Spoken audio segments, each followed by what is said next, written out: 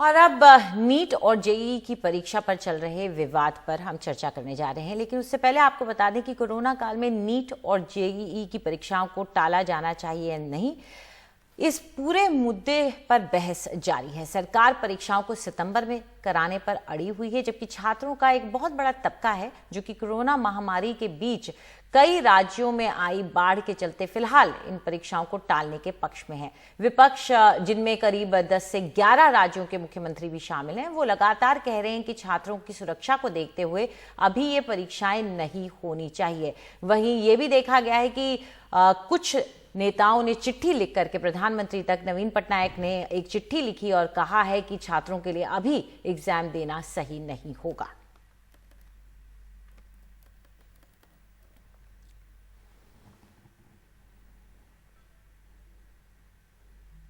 Exam centres में लोग प्रवेश करेंगे और वहाँ से जब निकलेंगे तो किस प्रकार से एसओपीज़ का पालन होगा, इसमें बहुत बड़े संदेह की बात है। बहुत सारे ऐसे लोग जो कि वहाँ आ सकते हैं जिनको पहले से ही कोरोना या कोरोना जैसे लक्षण पाए जा सकते हैं, तो बच्चों को भी उस प्रकार के लक्षण का कहीं उनके ऊपर प्रभाव ना पड़े, इसको देखते बड़ा डर लग रहा है। और दूसरी सबसे महत्वपूर्ण बात यह है कि मेरे कुछ परिचित जो कि ग्रामीण क्षेत्र में हैं, वर्तमान में ना तो बसें चल रही है, ना किसी प्रकार के आवागमन के साधन हैं, वो किस प्रकार से यहाँ पर आएंगे, किस प्रकार से रुकेंगे। तो मेरा सरकार से अनुरोध है कि वर्तमान समय में इस परीक्षा को यदि आप टाल दें तो ज़्यादा बेहतर होगा।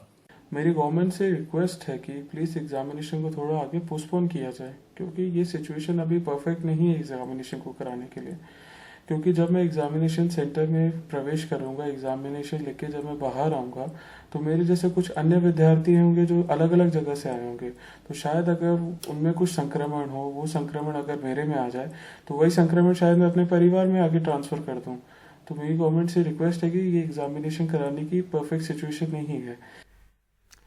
और इस पर चर्चा के लिए हमारे साथ कुछ खास मेहमान जुड़ रहे हैं जो इस चर्चा को आगे बढ़ाएंगे। हमारे साथ हैं गीता भट्ट, जो कि डायरेक्टर हैं NCWEB यानी non collegiate women's education board की। इसके अलावा प्रोफेसर बलराम पानी दिल्ली यूनिवर्सिटी में हैं, और साथ ही अरिंदम भारद्वाज, ये छात्र हैं जो कि इस बार नीट की जो परीक्षा होने जा रही है उसमें बैठने जा रहे हैं।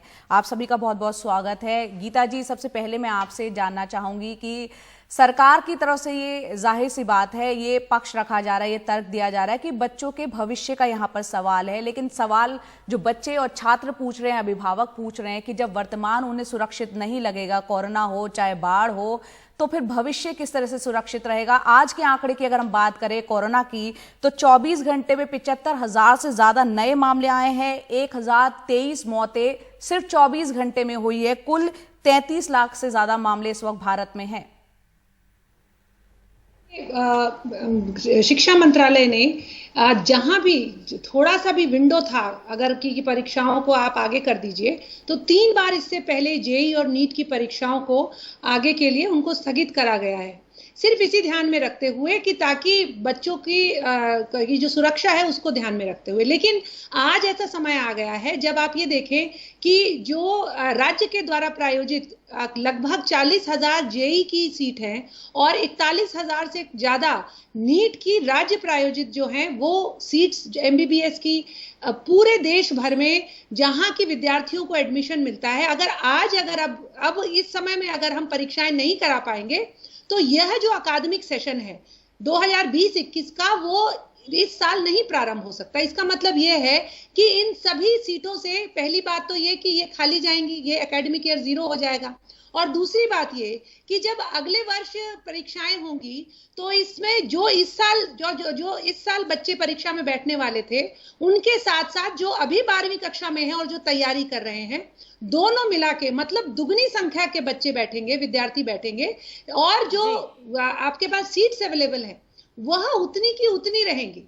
तो एक तो आपका जो एक कंपटीशन है, प्रतिस्पर्धा है, वो ज्यादा हो जाएगी।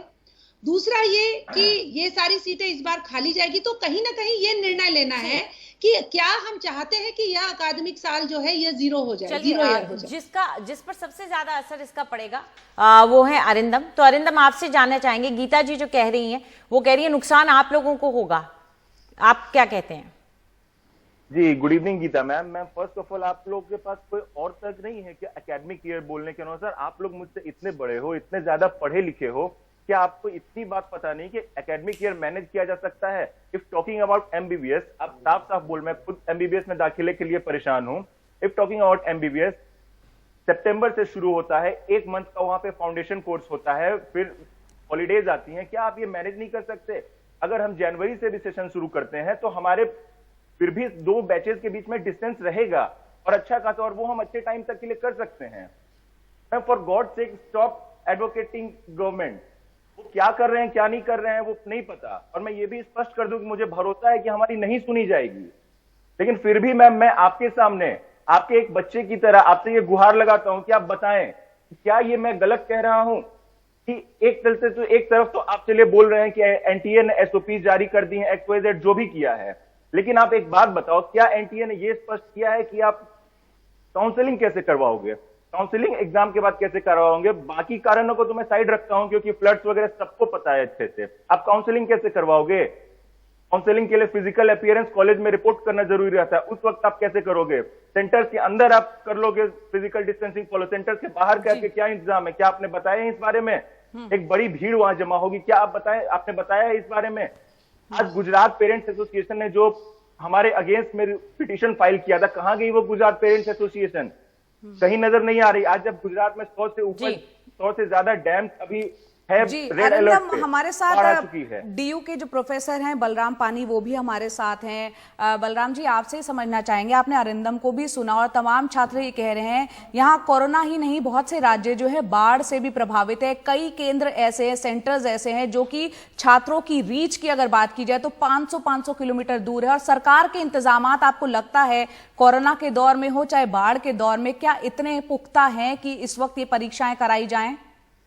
देखिए, ये सारी जो बातें हैं, परीक्षा तो होना चाहिए, क्योंकि गीता भट्ट जी ने जो कहा है बिल्कुल सही कहा। क्योंकि किसी भी स्टूडेंट्स, जैसे अरिंदम ने कह रहे हैं ना कि भाई वो जब एग्जाम हॉल से बाहर आएंगे उसको एसओपी बनाया गया, मतलब जैसे हिसाब से आएंगे। और आज की डेट में कोरोना आज नहीं है, मतलब कि लगभग 6 महीना हो गया।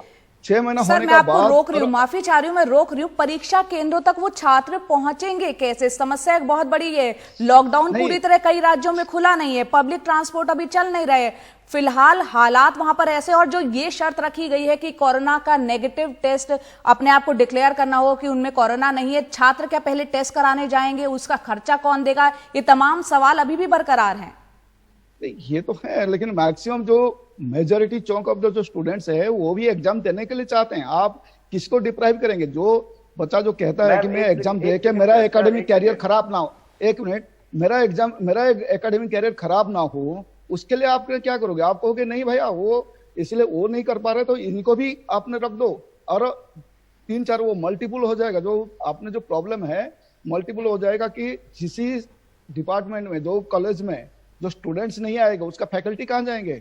और वो फैकल्टी का वर्कलोड जैसे डाउन हो जाएगा, वो अगर ये जो प्राइवेट इंस्टीट्यूट है वो कहेगा भाई मेरा वर्कलोड डाउन है, ये फैकल्टी को मैंने बैठे बैठे क्यों सैलरी दूंगा? ये तो खैर सर, नौकरी बचाने के लिए हम इस तरह से ये नहीं कह सकते। यहाँ अरिंदम कुछ कहना चाह रहे हैं, एक सेकंड सर। तो इसलिए जस्ट नाउ आपने एक सच्चाई बता दी है कि प्राइवेट इंस्टीट्यूशन फोर्स कर रहे हैं कि उनके फैकल्टीज को वो पैसे कैसे देंगे। ये एक प्रॉपर लॉबी है जो गवर्नमेंट को फोर्स कर रही है। छात्र हित की कुछ बातें यहाँ नहीं हो रही है।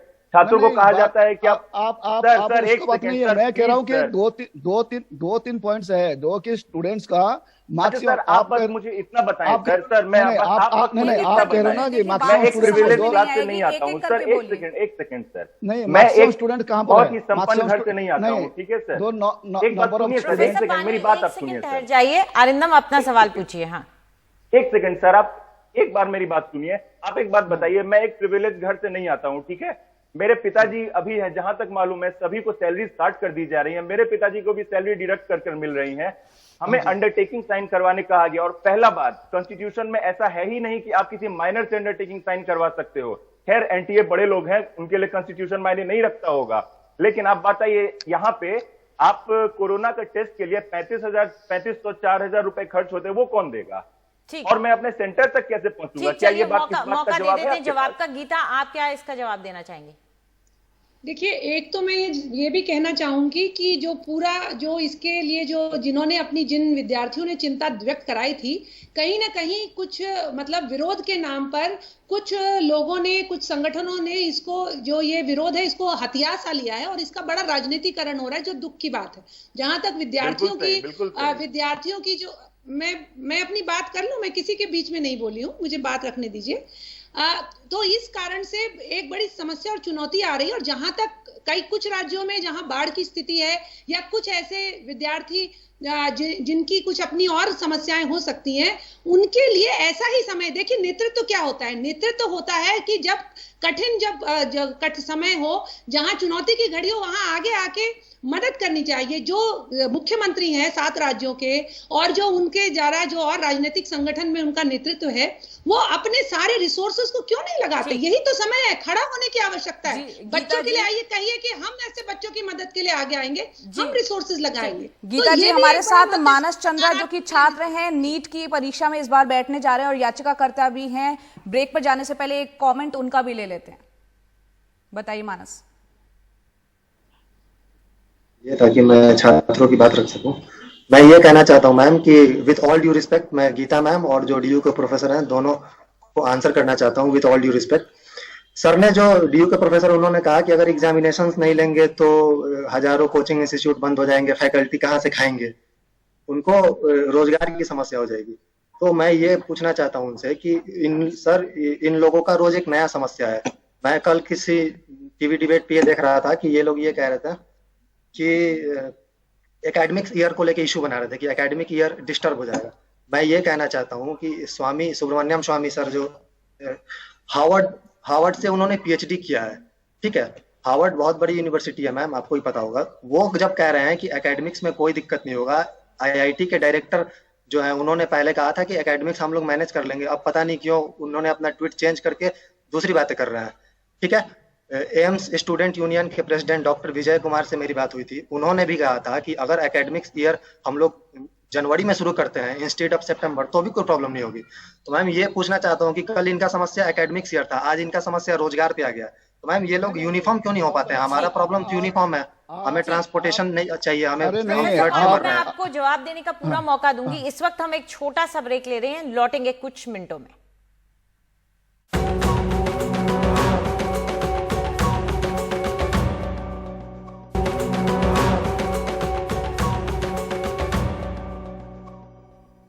नीट की परीक्षा हो या ना हो, इस पर चर्चा चल रही है। गीता भट्ट हमारे साथ हैं, प्रोफेसर बलराम पानी, और 2 छात्र भी, अरिंदम और मानस। प्रोफेसर पानी, आप ब्रेक से पहले कुछ कहना चाह रहे थे। हाँ, मैं यही कह रहा हूं कि अभी जैसे देयर आर मेनी फैक्टर्स, वो उसके ऊपर काम करता है। और ये एक है कि जो एनटीए ने भी कहा है कि मैक्सिमम स्टूडेंट वो अपना एडमिट कार्ड डाउनलोड कर चुके हैं और वो एग्जाम देने के लिए तैयार। और जो स्टेट मशीनरी है, स्टेट मशीनरी, जैसे कि हमारा पहले शुरुआत जैसे माइग्रेशन ऑफ लेबर जो हो रहा था जिस टाइम में कोरोना स्टार्ट हुआ था, जिस तरह से स्टेट मशीनरी वो आगे आया और वो सारी हेल्प किया है। और ये सारी डिस्ट्रिक्ट एडमिनिस्ट्रेशन में इतना कैपेसिटी है कि कोई भी जो नंबर ऑफ द स्टूडेंट्स को सेंटर तक पहुंचाना और एसओपी बनाना उनके लिए कोई बड़ी बात नहीं है। और ये ज्यादा दिन का है नहीं, एंट्रेंस एग्जाम ये एक ही दिन की बात है, एक ही दिन में वो एंट्रेंस कंप्लीट हो जाता है और वो हो जाता है। एक दिन के लिए स्टेट, इतना बड़ा स्टेट है, इतना बड़ा डिस्ट्रिक्ट एडमिनिस्ट्रेशन, ये सारी बैठे हुए हैं। और वो सेंटर भी, वो एनटीए ने भी अपना अपना जगह पर, बहुत जगह पर वो सेंटर बना रखा है और वो पूरा प्रिकॉशन ले रखा है।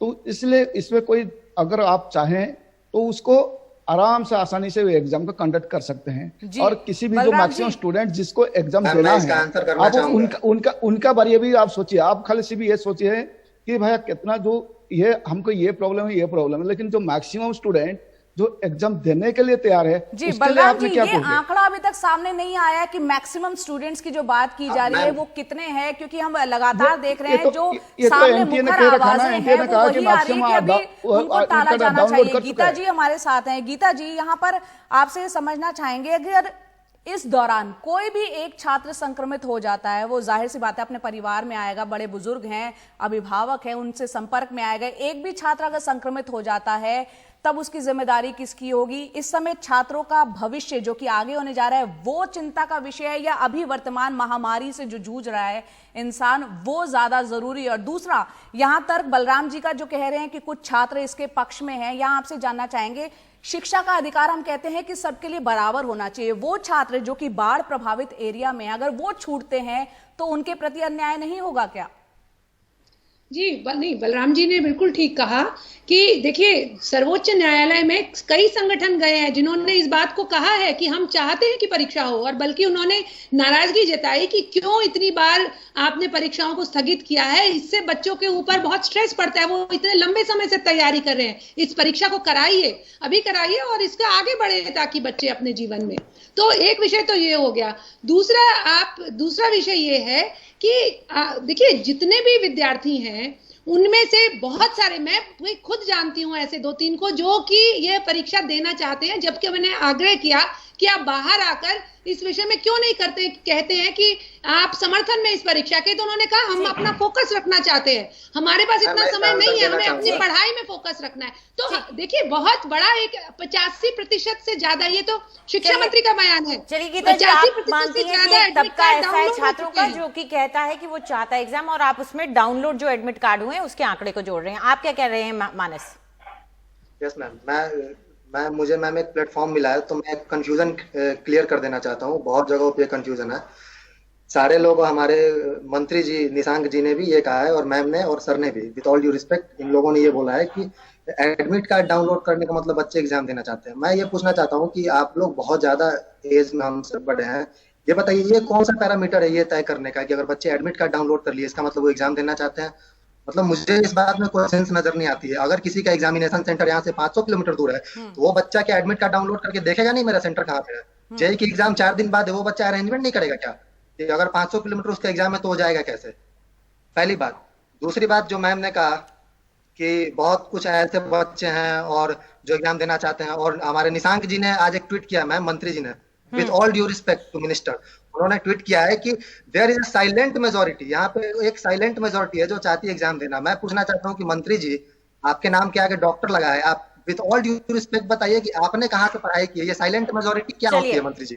चलिए, आपका गुस्सा दिख रहा है मानस, अरिंदम, हम आपका गुस्सा समझते हैं, और सरकार शायद सुन रही हो तो उसको ये गुस्सा समझ में आए। आप प्रोफेसर्स हमारे साथ जुड़े, उसके लिए भी बहुत बहुत शुक्रिया आपका।